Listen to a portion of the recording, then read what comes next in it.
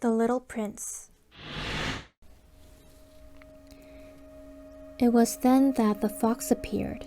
"Good morning," said the fox. "Good morning," the little prince responded politely, although when he turned around he saw nothing. "I'm right here," the voice said, "under the apple tree." "Who are you?" asked the little prince, and added, "You're very pretty to look at." "I'm a fox," said the fox. "Come and play with me," proposed the little prince. "I'm so unhappy." "I cannot play with you," the fox said. "I'm not tamed."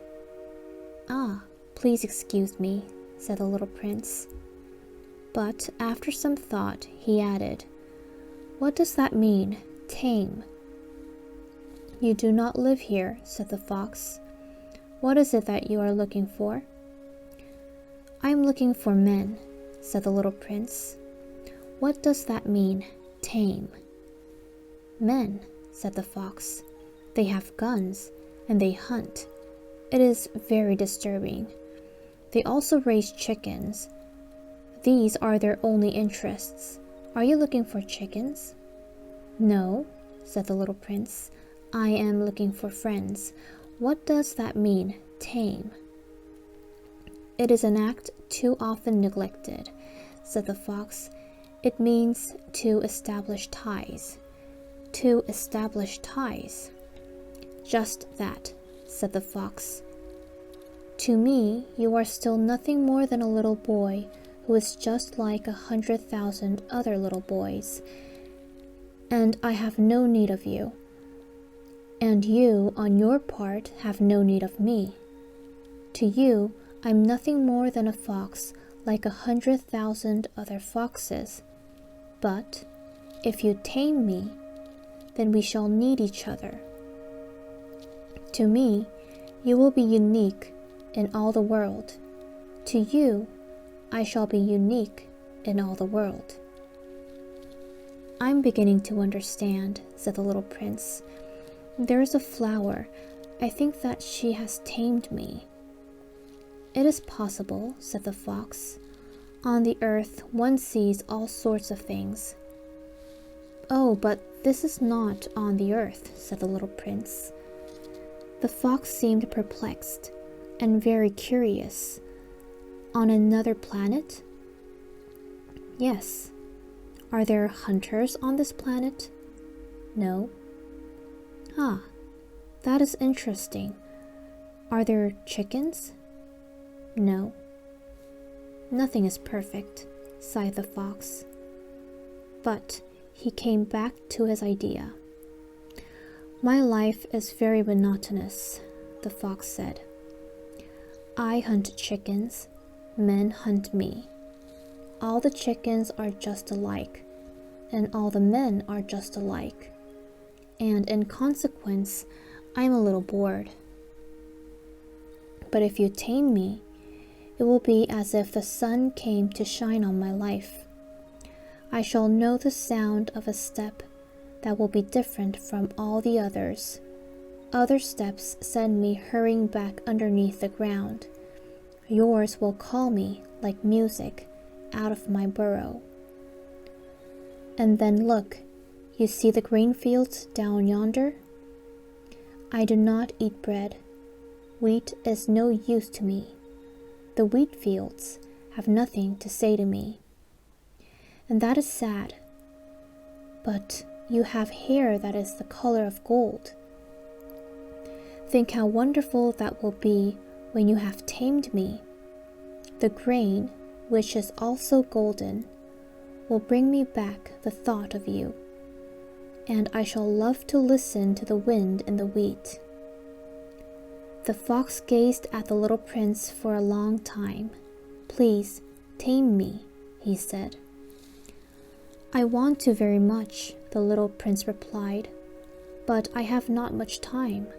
I have friends to discover, and a great many things to understand." "One only understands the things that one tames," said the fox. "Men have no more time to understand anything.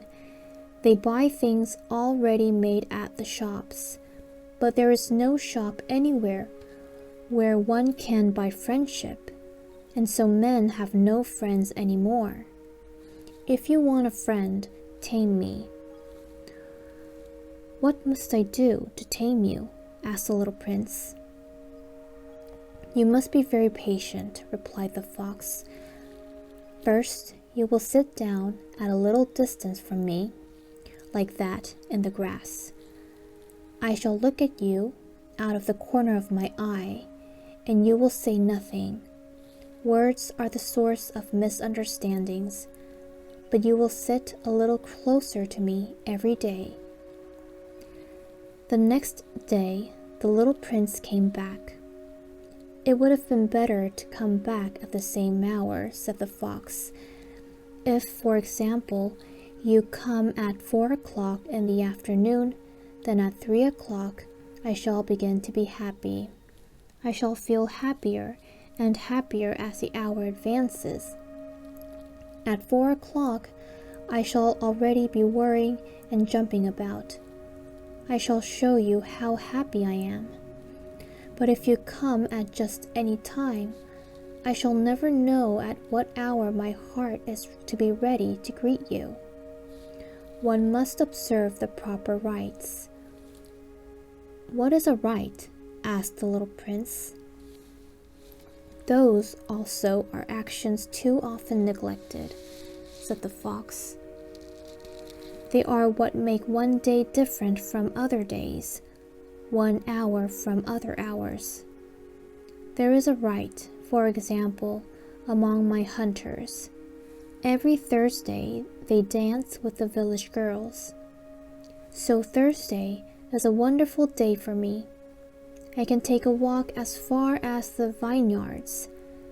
But if the hunters danced at just any time, every day would be like every other day, and I should never have any vacation at all."